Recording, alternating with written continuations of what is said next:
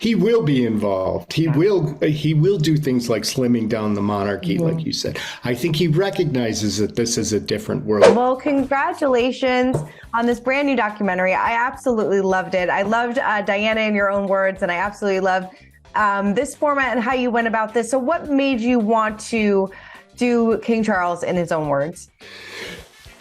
The network National Geographic made me want to Charles in his own words, to be honest.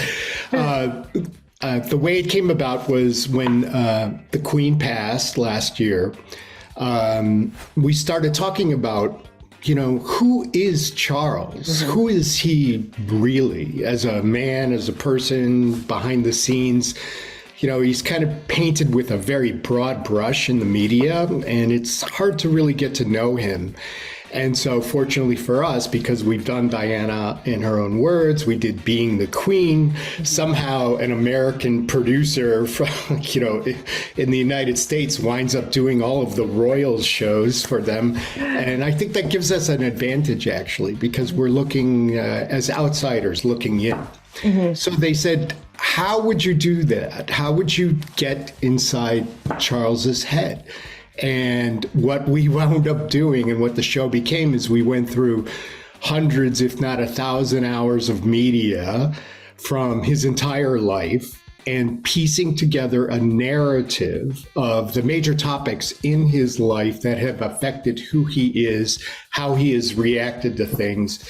And we wound up telling a really great story just by assembling what he has said and done in the past. Definitely. It's like putting together a little piece of a puzzle. It really is. It's amazing the amount of research and how much work and time probably went into this. I mean, you asked the question before, you want to ask that question, who is King Charles? You want to get that answer. After doing your research, what would you say the answer to that question is?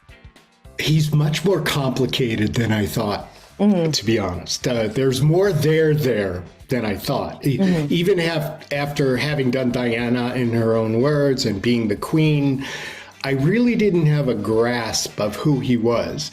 I think understanding his childhood, what he went through, his disassociation with his father, Prince Philip, for example, trying to find his own way, being this stoic character.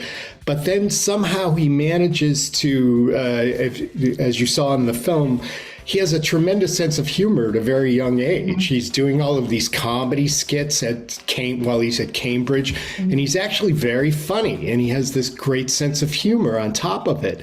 So there's a complexity to him that I think a lot of people either aren't aware of or disregard and just take the pieces of Charles that they want. Right. And I think that he is, in the past, I would say, he wouldn't be someone I put on the top of my list that I want to have dinner with if I could choose anyone in the world. But now I probably would. I think he's a very interesting guy, and I think he does have a good heart underneath all of the chaos that surrounds him.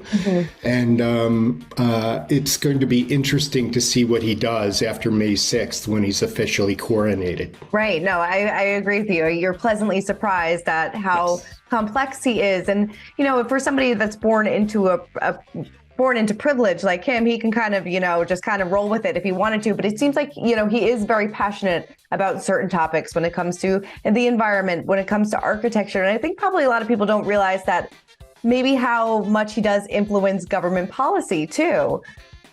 Well, and he's not supposed to do that. He's not supposed to, but at least, or how interested he is in government policy.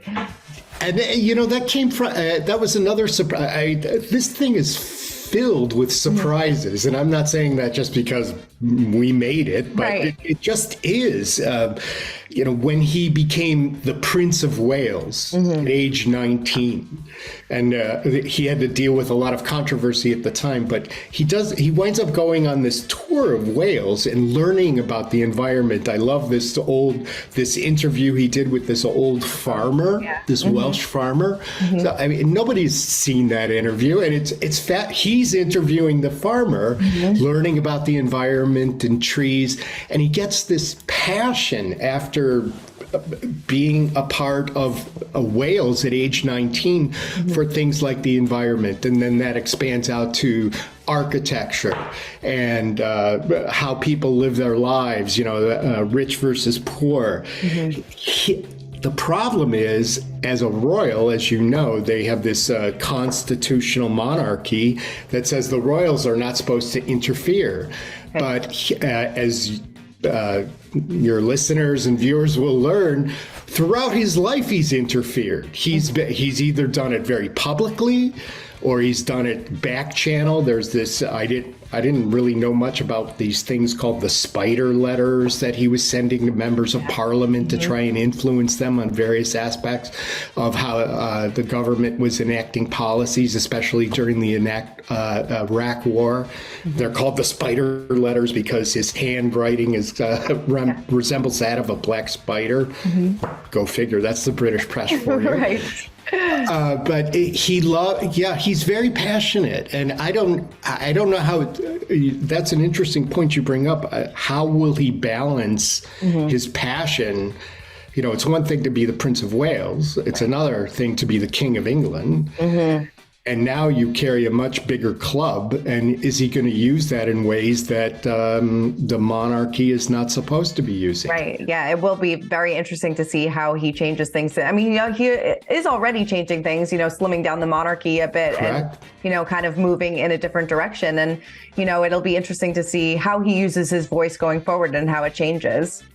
Yeah, what we tried to do is look at the past and try and extrapolate what he will do in the future. So if, I were a gambling man, which I'm not, but in this case, I will gamble and I will say he will be involved. He will do things like slimming down the monarchy, like you said. I think he recognizes that this is a different world. We found a wonderful bite from him about, times have changed.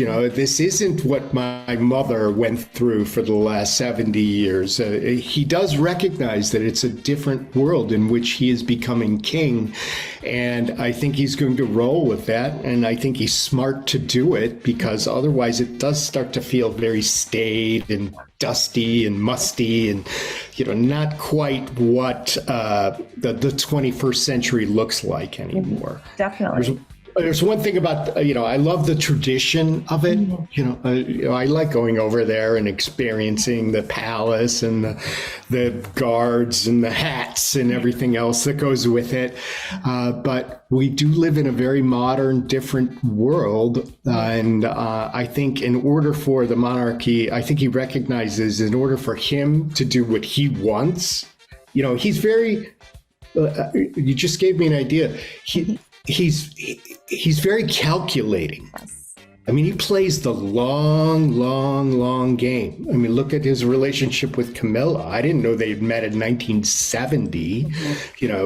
He plays a very long game. So in a sense, by modernizing the monarchy, slimming it down, trimming it, making it more compatible with the times in which we live, he may be using that as a cudgel in a way for him to be more involved in political matters. There may be a quid pro quo going on that he's going to try and play.